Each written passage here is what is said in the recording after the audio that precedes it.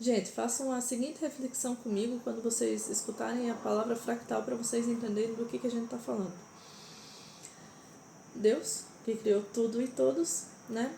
Quando Deus vai criar um indivíduo, um espírito, um filho seu, que somos todos nós, ele tira uma partezinha pequenininha dele e coloca junto com o nosso espírito. Então, literalmente, nós somos um pedacinho de Deus. Um pedacinho de Deus, e o nome desse pedacinho de Deus que está no nosso espírito, que é o que faz nós existirmos, é o tal do fractal. Bonito, né? Dá muita alegria em pensar, em realizar, em cair a ficha de que nós somos fractais de Deus. Quando a gente está com a autoestima baixa, quando a gente está sem caminho, enfim, quando a gente está meio para baixo, eu acho que às vezes é válido a gente lembrar quem nós realmente somos. Até vi um vídeo muito interessante, porque quando perguntam pra gente quem nós somos, geralmente a gente tende a dizer, eu sou médica, eu sou isso, eu sou aquilo. E se você parar pra pensar, você começa a dar características de personalidade, sabe? E só. A gente dá características da nossa personalidade, da nossa profissão, mas quem somos nós, essencialmente? Essencialmente, meus irmãos, nós somos fractais. Essencialmente, nós somos de verdade filhos, não só filhos, como um pedaço do próprio Deus. E aí, num próximo bate-papo, eu vou aprofundar mais essa conversa, mas existe também, deixa eu pensar aqui. Existe uma coisa muito interessante sobre fractais também quando você começa a aprofundar o assunto. Porque então será que é só Deus que cria fractais? Será que é só Deus que tira os fractais e cria novos indivíduos? Repito, dentro da visão universalista, não é. Quando a gente fala de processos reencarnatórios, quando a gente fala de diferentes planetas, a gente fala de irmãos mais evoluídos e menos evoluídos. Eu vou fazer um vídeo desenhando sobre isso, tá? Mas pense assim, existem irmãos mais evoluídos e menos evoluídos, beleza. Aí eles vão evoluindo, todo mundo vai evoluindo, mais rápido, mais devagar, mas todo mundo vai evoluindo, vai saltando. Aqueles irmãos que chegam num nível de evolução autossuficiente para... Ninguém vai chegar até o nível de Deus, não tem como. Mas um nível suficiente para compreender como é realmente o amor de Deus e sentir, pelo menos de uma forma muito próxima, o que é o amor de Deus. Quando tem um espírito evoluído o suficiente para isso, ele é como se ele recebesse uma autorização do Pai, porque ele já está evoluído moralmente, espiritualmente o suficiente para que ele também atue como um semi-criador de Deus.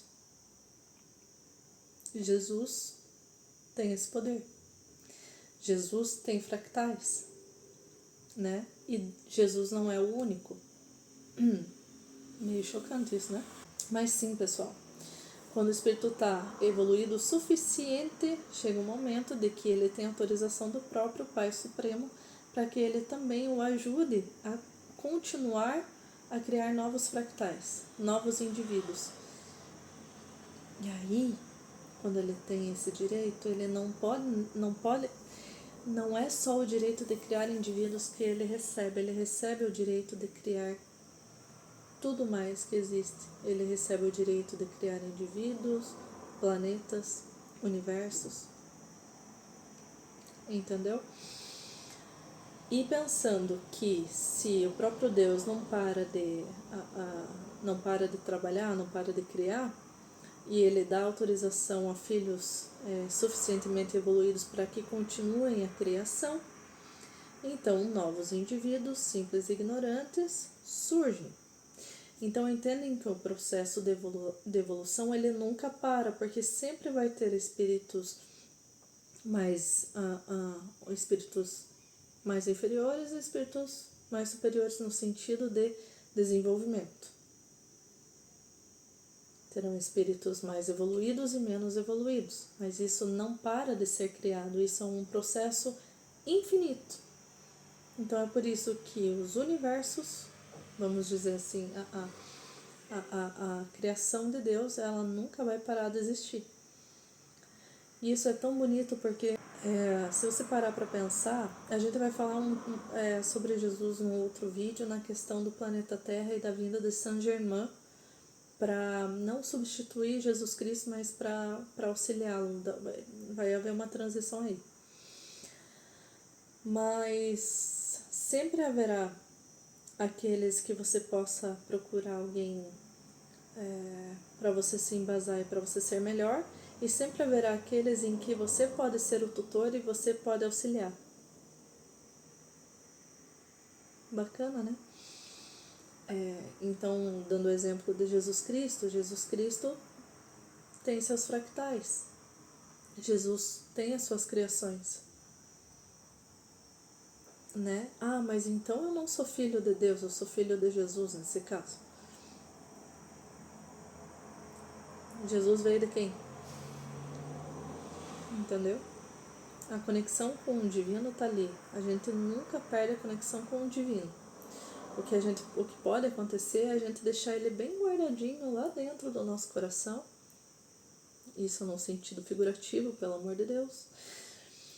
E a gente não deixar isso vir à tona, né? Tem muitas pessoas aí, eu vou citar com muito respeito, mas os ateus, por exemplo, são pessoas que são indivíduos encarnados, que eles ainda não se permitiram, que não tiveram oportunidade de fazer com que tem um termo para isso, com que essa centelha divina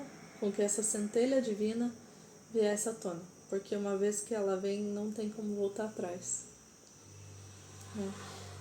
Então, uma outra hora eu faço um vídeo, provavelmente eu vou desenhar assim para ficar mais visual o que eu quero dizer, mas tenho a certeza hoje, finalizo esse vídeo para reforçar para você que você é um pedaço de Deus, que literalmente Deus está dentro de você e Ele está louco para que você procure mais Ele, não lá fora, mas aí dentro, beleza? Um beijo.